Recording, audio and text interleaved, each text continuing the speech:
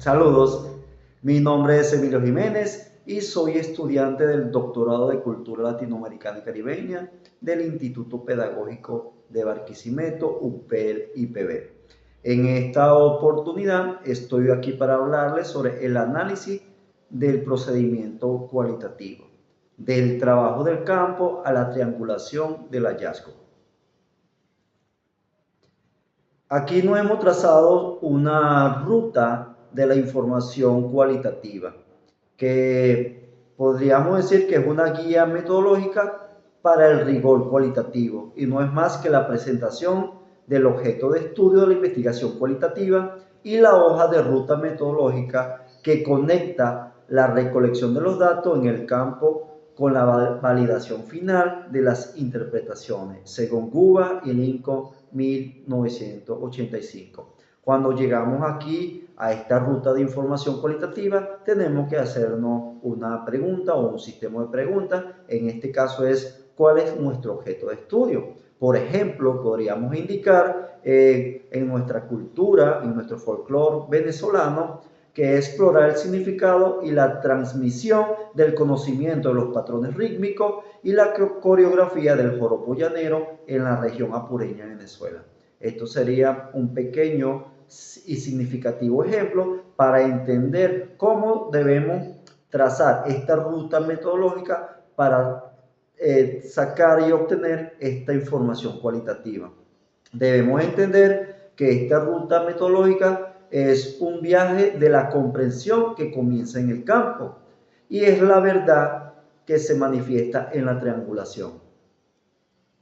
Ahora bien, estos procedimientos generales tienen una manera de obtener la información, que es la ruta de la información cualitativa. Así la hemos determinado en esta oportunidad. Y no es más que el proceso inicial de la recolección de información, que esta exige una definición rigurosa de protocolos y una actitud activa en la interpretación y síntesis por parte del investigador, según Hernández Sampieri, 2014. Entonces, esto tiene un proceso que debemos seguir, un proceso que de una manera sistemática que debemos cumplir para poder obtener esta información. Y en primer lugar tenemos que es la definición de los protocolos para obtener esta información, que es establecer las pautas para la recolección de la información. Entre ellos tenemos lo que es las entrevistas y la observación. En segundo lugar tenemos lo que es la obtención de esta información o de estos datos, que es recabar estos datos en profundidad para capturar la riqueza de este fenómeno, de hacerlo de manera sistemática y detallada para poder tener un verdadero resultado. Y por último, como tercer punto, tenemos que es la interpretación. No es más que aplicar la capacidad de síntesis y es el dominio de contenido desde el inicio para filtrar la información. Si hacemos de esta manera este procedimiento para obtener la información, vamos a tener mucho éxito en este modelo o modalidad investigativa. Y no es más que obtener datos, no es acumular información, sino es comenzar a interpretarlos. Ahora bien, el trabajo de campo cualitativo. Este es riguroso, este método de investigación para poder tener un verdadero resultado. Y no es más que la inmersión directa en el entorno del estudio.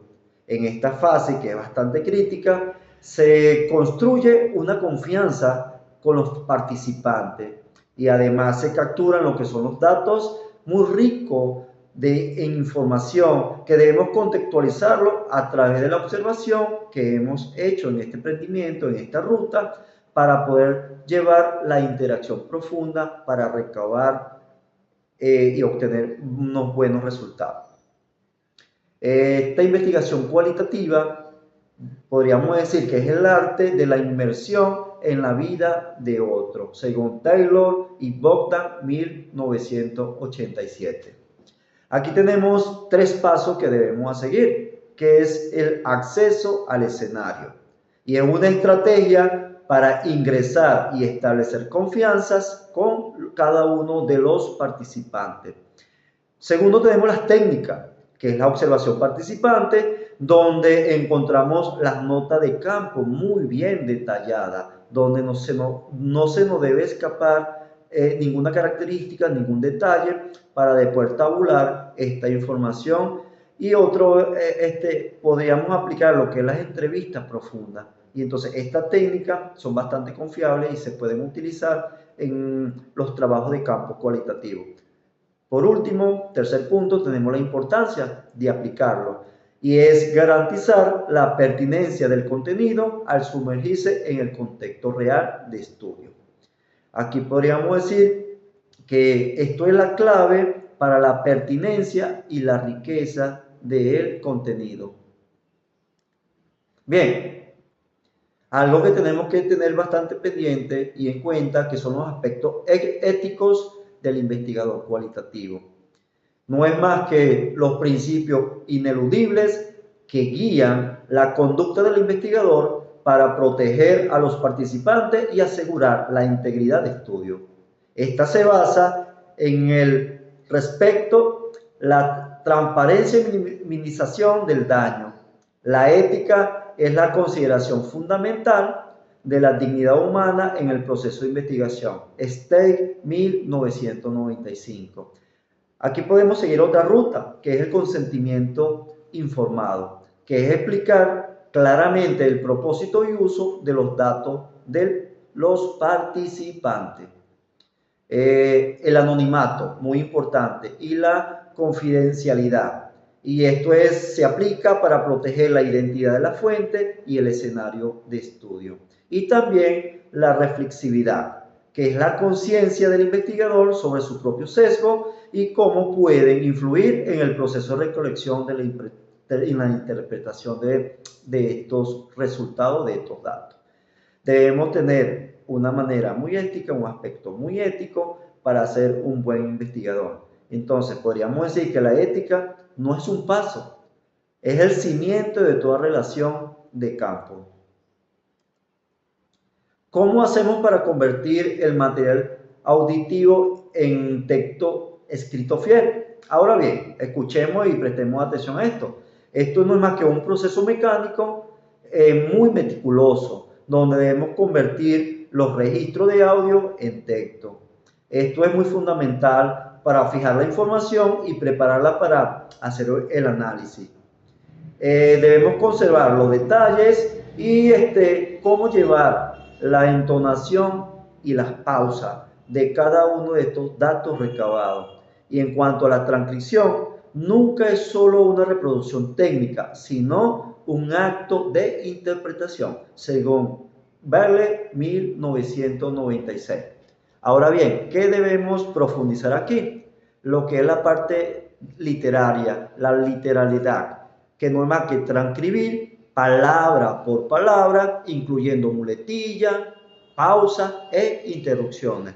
Y esto nos permite entender y comprender este tipo de realidad. Ahora bien, también en cómo utilizar esta referencia, estos datos, el uso de las conversiones, que es emplear signos específicos para marcar la entonación. Por ejemplo, énfasis en volumen y en lenguaje no verbal, las risas, los suspiros, entre otros aspectos bastante relevantes que aplicamos en esta investigación.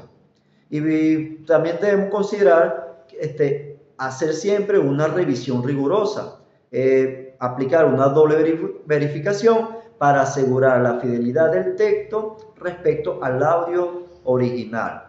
Aquí podríamos decir que cada pausa, cada inflexión es un dato valioso fijado al texto.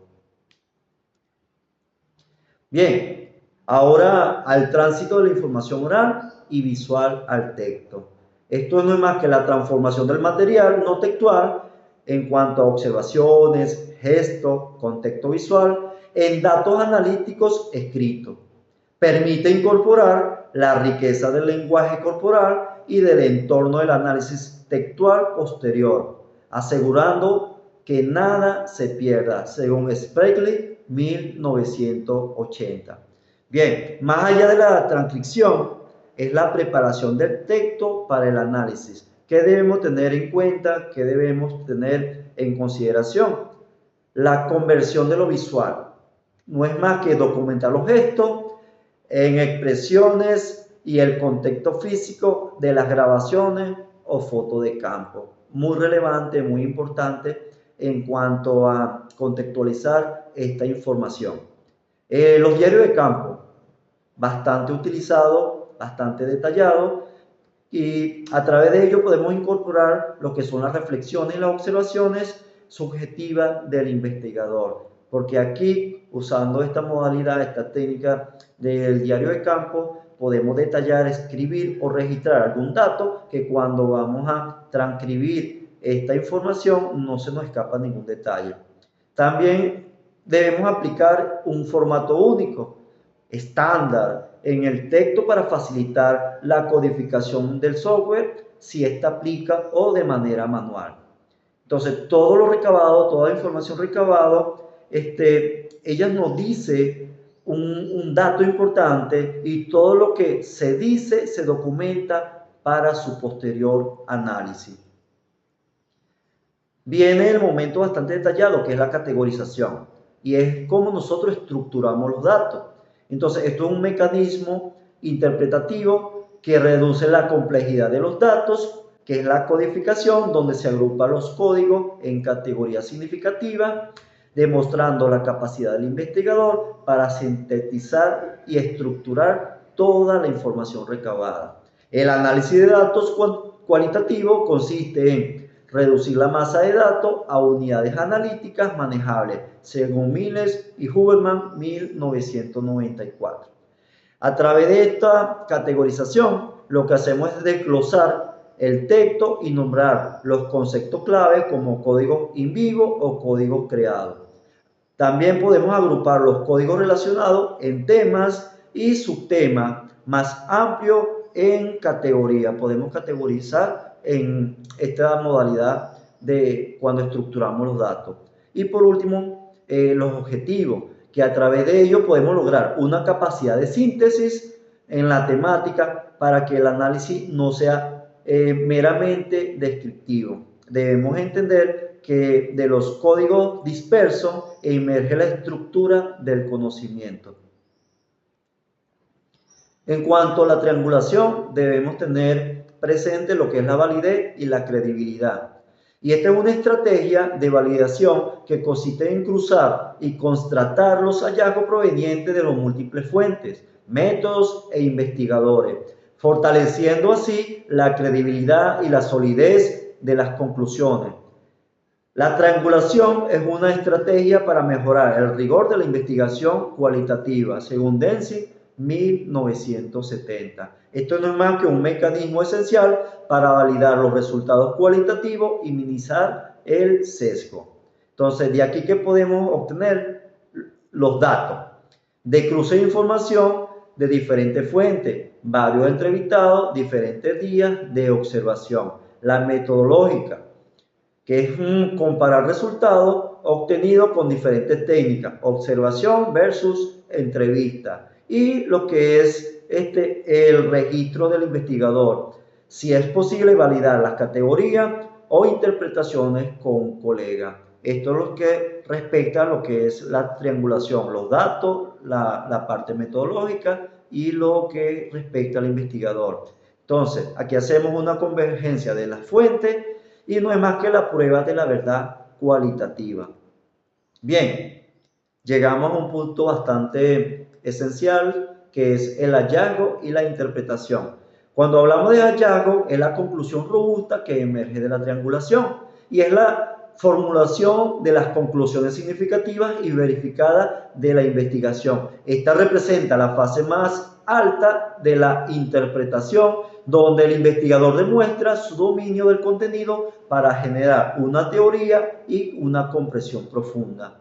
En cuanto al criterio de credibilidad, es análogo, cualitativo a la validez interna, según Lincoln y Buba, 1985, ya citado. Entonces, el hallazgo no se encuentra, se construye y se verifica con rigor.